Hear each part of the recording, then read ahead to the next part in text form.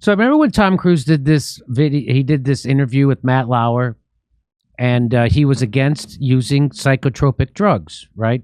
Here, listen to it. Here we are today, where I talk out against drugs and psychiatric abuses of electric shocking people, okay, against their will, of drugging children with them not knowing the effects of these drugs. Do you know what Adderall is? Do you know Ritalin? Do you know now that Ritalin is a street drug? Do you understand that? The difference is this was not Matt, against her will, though. But this wasn't against Brooke's will. Matt, I'm asking you a question. I understand there's abuse of all of these things. No, you see, here's the problem. You don't know the history of psychiatry. I do. All it does is mask the problem, Matt. And if you understand the history of it, it masks the problem. That's what it does. That's all it does. You're not getting to the reason why. There is no such thing as a chemical imbalance. I'm saying that drugs aren't the answer, that these drugs are very dangerous. They're mind-altering, antipsychotic drugs. And there are ways of doing it without that so that we don't end up in a brave new world. Yes, there are abuses. So what Tom Cruise is saying, there's a way to treat people who have depression and other problems without using these psychotropic drugs. Jimmy. Spoiler alert, he was right, but because there's a new study out. Well, go ahead, Kurt. What? Okay, when this first came out, because I remember on Conan they made fun. They had like Mayor McCheese, and he was going, "You're being McGlib," and I remember hearing this played a lot. The part that stuck out to me that I don't remember from hearing hundreds of times was him mentioning Adderall and Ritalin, which are are speed. It's funny when that clip went around, they kept Adderall and Ritalin's name right out of it. Yes. And they only focused on the part he said after that. And yes. I never noticed that until just now. And he was right. He's right about this. Let's keep going. And yes, maybe they've gone too far in certain areas. Maybe there are too many kids on Ritalin. Maybe electric shock. Too many kids on Ritalin, Matt. I'm just saying. But aren't there examples where maybe there's too many kids on Ritalin? He just said, "Hey, maybe there's too many kids on Ritalin." And Tom Cruise stops him. Too many kids on Ritalin. Like, do you hear what you're saying? Ritalin is a street drug. Tom Cruise sounded crazy back then. And everyone, yeah, I mean, remember that interview when Tom Cruise looked like the lunatic? Who would have thought Tom Cruise would be back on top as an A-list war propagandist? And Matt Lauer would have been banished to Cuomo Island. Who would have thought? A bald disgrace. All right, there's more to this. Works. Matt, you're glib. You don't even know what Ritalin is. If you start talking about chemical imbalance, you have to evaluate and read the research papers on how they came up with these theories, Matt. Okay? That's what I've done. So he keeps bringing up a chemical imbalance. He goes, you have to read the research papers to know what they're... He's committing a mortal sin. He's doing his own research. Yeah. He's actually reading. You're supposed to be glib. And you're not supposed to do that. You're supposed to be glib and just repeat what Big Pharma says. Hey, maybe speed's bad for kids, but yeah, that's what Matt Lauer was saying. Hey, maybe street. Maybe. Here we go. And you go and you say, where's the medical test? Where's the blood test that says how much Ritalin you're supposed to get? It's very impressive to listen to you because clearly you've done the homework and you know the subject. And you should. And you should do that also because just knowing people who are on Ritalin isn't enough. You should be a little bit more responsible in knowing I'm not prescribing Ritalin, Tom, and I'm not asking anyone else to do it. Well, you are. You're saying no. I know some people who seem to have been helped. But it's like this is a very important issue. This is a very, and you know what? And you're here on the Today Show, right? And to talk about it in a way of saying, well, isn't it okay, and being reasonable about it when you don't know, and I do. I think that you should be a little bit more responsible in knowing what it is because you communicate to people. But you could have put that today about vaccines, COVID, lockdowns, a natural immunity. You could do that all day long, and regular people know more about it than the news people, and regular people know more about it than a lot of the doctors do because regular people are actually reading the papers. They're actually reading the research papers. So like when I went in to see my neurologist and I brought up the fact that I was vaccine injured, he didn't know anything about it. And by the way, didn't want to. He didn't want to. Didn't want to know anything about anything. That's the most glib part of all. And here is Tom Cruise, who actually read up on psychotropic drugs, and he says He's talking about there is no chemical imbalance. And I remember when I saw this, I thought Tom Cruise was crazy because Jimmy, I I'm was blown away. I remember thinking, what a maniac, Tom. But they didn't play the whole thing like this. No. They played, he was mean to Matt. He made Matt Lauer feel uncomfortable. Yes. And I remember thinking Tom Cruise was off of his nut because I was on one of those drugs at the time. I was on Lexapro. Oh. And I thought that if I stopped taking it, I would die. You know, I would freaking want to kill myself. And turns out he was right. Well, why am I talking about that interview? Well, because of this. This is a new paper, a new study, The Serotonin Theory of Depression, a systematic umbrella review of the evidence. So they did a systematic umbrella review of the evidence. And who were they? These are researchers from the University College London. They conducted what they call an umbrella review of past meta-studies, and they did systematic analysis of depression's relationship to serotonin activity, and it included tens of thousands of participants. I think that comes from the Hill. So here it is from this paper. It says, our comprehensive review of the major strands of research on serotonin shows there is no convincing evidence that depression is associated with or caused by lower serotonin concentrations or activity. That's exactly what Tom Cruise was just saying.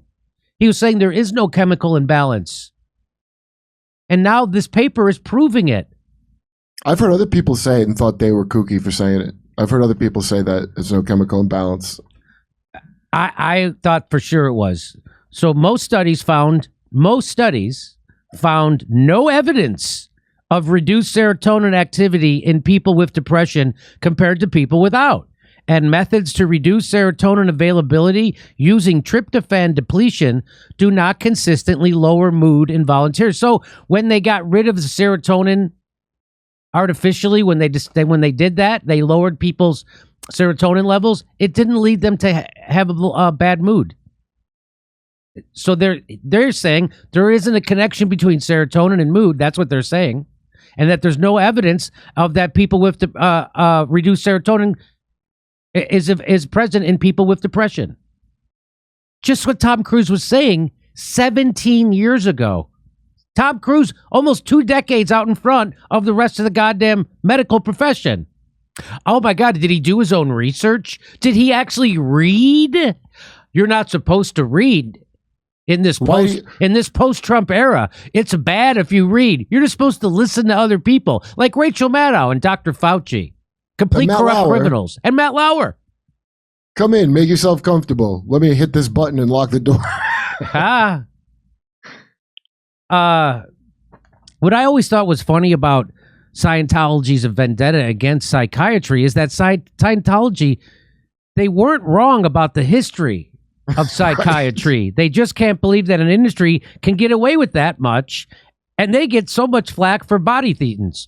Yeah, like they have a museum dedicated to the horrors of the psychiatric industry. Yes. And the museum is accurate. It is, and it's on Even Hollywood critics Boulevard. of Scientology will say that. Yes. The chemical imbalance theory this is from the study. The chemical imbalance theory of depression is still put forward by professionals, and the serotonin theory in particular has formed the basis of a considerable research effort over the past few decades.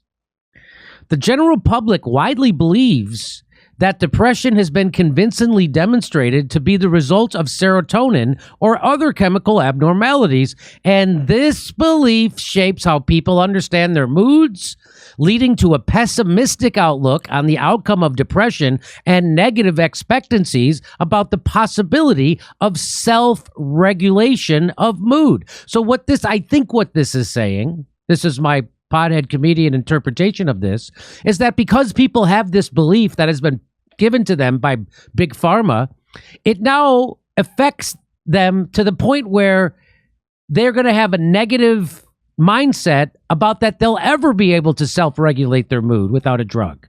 So it's kind of a self-fulfilling prophecy. If you make someone believe this thing, then they're going to believe it, and it's going to have a bad outcome. Yeah.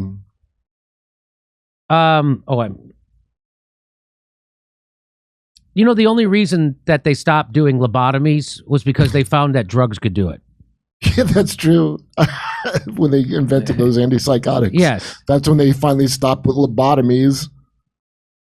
So the idea that depression is the result of a chemical imbalance also influences decisions about whether to take or continue antidepressant medication and may discourage people from discontinuing treatment, potentially leading to a lifelong dependence on these drugs. This review suggests that the huge research effort based on the serotonin hypotheses has not produced convincing evidence of a biochemical basis to depression. This is consistent with research on many other biological markers. We suggest it's time to acknowledge that the serotonin theory of depression is not empirically substantiated. This is now 30 years later. 17 years after Tom Cruise blew the whistle on this, finally, science is coming around to tell you. So you know how they came to this conclusion? You know how they came to this conclusion? They didn't trust the science.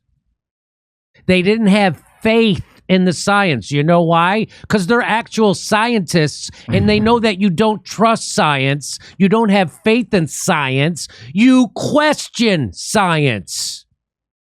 And that's what they did. And people who questioned it were called crazy. And now it's confirmed. Just like you were crazy if you thought the virus came from a lab. Just like you were crazy if you thought Fauci was lying. Just like you thought it was crazy if you thought vaccines could hurt your immune system. You're crazy. You question science. You don't have faith in science, and you certainly don't trust it. It is always difficult to prove a negative, but I think we can safely say that after a vast amount of research conducted over several decades, there is no convincing evidence that depression is caused by serotonin abnormalities, particularly by lower levels of reduced activity of serotonin. Who said that? The guy who was the lead author of that study. Or the woman. Oh, Joe, I'm sorry. You're right. Woman. Sorry. Thank you, Kurt. Oh, my God. I almost got canceled. Joanna Moncrief, the study's lead author. Look at that. Lady getting out of the house, huh? It wasn't chemical. She just needed to get out and do some studies. Not empirically substantiated. So that means when you see when it says it's not empirically substantiated, it's that there's no data to back up this stuff. That's what they're saying. And this idea that everyone has gone with for as long as I can remember, there's never been any freaking data to substantiate this. Is this how everyone felt when it turned out that lobotomies weren't medicine? I wonder if it was all at once. You mean we shouldn't cut out their frontal lobes? Do you think big lobotomy was like, let's like ease off lobotomies, like with hydrocarbons? Big lobotomy. But there are still people out there. This was today on Twitter. Why, no, you don't have to hand it to Tom Cruise for his bat crazy thoughts on medication. What was bat crazy about it? They're still doing it. Isn't that amazing, Kurt? Dude, Adderall and Ritalin, I don't remember him even saying that in the old one. I'm blown away because that's obviously, when he goes to street drug, that's back when I was trying to get it as a street drug. Yeah. Like, well, look, listen to these people. This is amazing. Why, no, you don't have to hand it to Tom Cruise for his bat crazy thoughts on medication just because he's sitting across from disgraced and enabled abuser of women Matt Lauer in an edited clip. Stop and think before you smash tweet. Well, Andrew Donaldson, I think the moron is you in this situation because of your knee jerk to go along with the crowd and your inability to think for yourself or even to analyze what you just saw. You're glib is what you are. Tom Cruise called it. That's right. Another one right underneath, and now a nice lady does it. She says, if you're now defending Tom Cruise for his anti-science views, What was anti-science about his views? You mean he read the science papers and he knew more about it than you and Matt Lauer combined? You mean that? And it turns out he was right?